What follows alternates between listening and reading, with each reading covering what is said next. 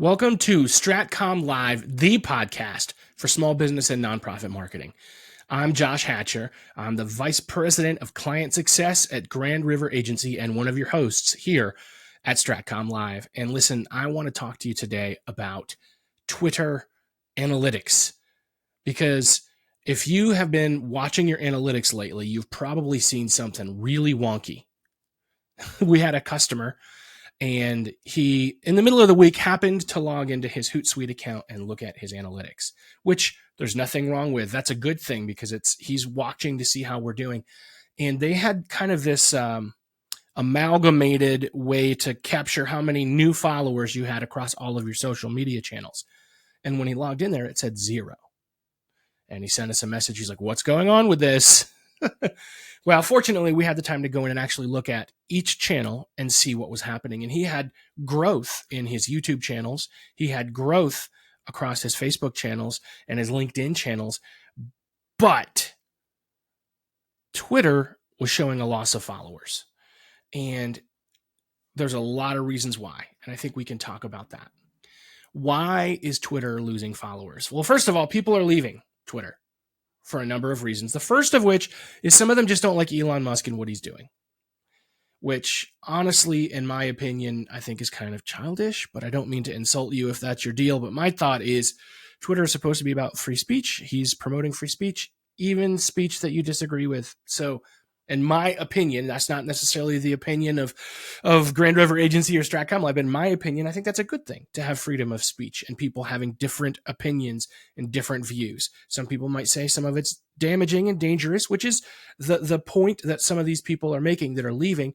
They have every right to do that. That's how freedom of speech works. Regardless of all of that, and no matter what your opinion on it is, the truth is what's happening with Twitter is right now, let's say one of your employees is going through a really messy divorce. That's going to affect his work performance, right?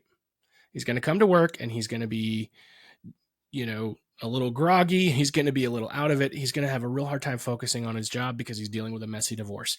That's what's happening right now at Twitter. We've got people there who are just, it's an organization that really is just not performing as well as the other ones. And part of it is because people are leaving. But here's the other thing. Before Elon Musk came in, Twitter had a bot problem.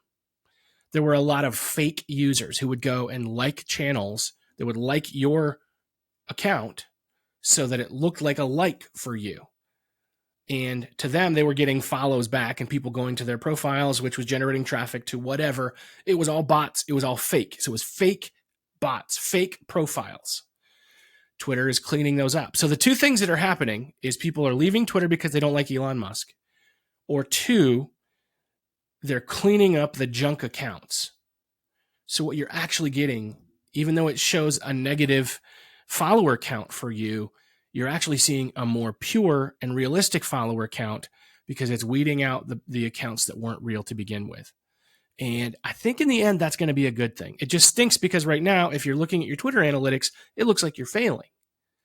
I promise you, you're not failing. Keep it up, be consistent, because that's really the secret for success with social media, is to stay consistent and to keep posting. I'm going to tell you, some people are like, well, I want to leave Twitter because I don't like this. I don't like all the stuff going on. Twitter right now is really good for SEO. It really is. If you share a link to your blog post on Twitter, it's going to get noticed sometimes above your actual website in a Google search. I've seen it happen where the Twitter post about your blog post had a higher ranking than your post on your website itself, because Twitter is properly formatted for SEO and it has a good relationship with search. So don't just abandon it, but rather use it. If you don't like what's happening there, if you don't agree with what's happening there, you don't want to lose your voice. You want to keep your voice and you want to use your voice effectively so that you can reach more people with your messaging.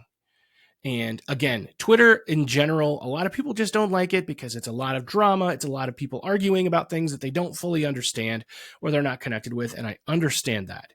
It might not be your social platform, but I think it is worth using for the sake of having a social share on each of your blog posts on your website, because Google SEO tracks social shares on your blog posts. So if you share those things, they're going to see them and they're going to recognize and give you extra cred in your search engine results if the blog posts and your website are shared on social, especially on Twitter.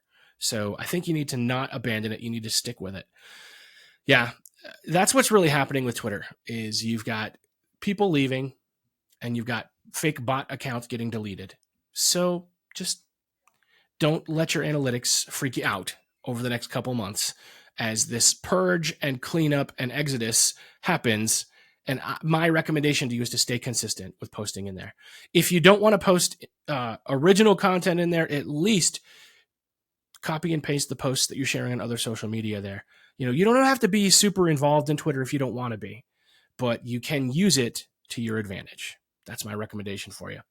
Guys, if you appreciate what we're doing here at StratComm.Live, I want you to go to our website, StratComm.Live, and you'll see some amazing news and insights and some great things that are going to help you to market your nonprofit and small business. That's what we really want to help you do. And if you need more resources for that, understand that StratComm.Live is like a division. It's a part of a bigger enterprise, which is Grand River Agency, which is the company that I work for.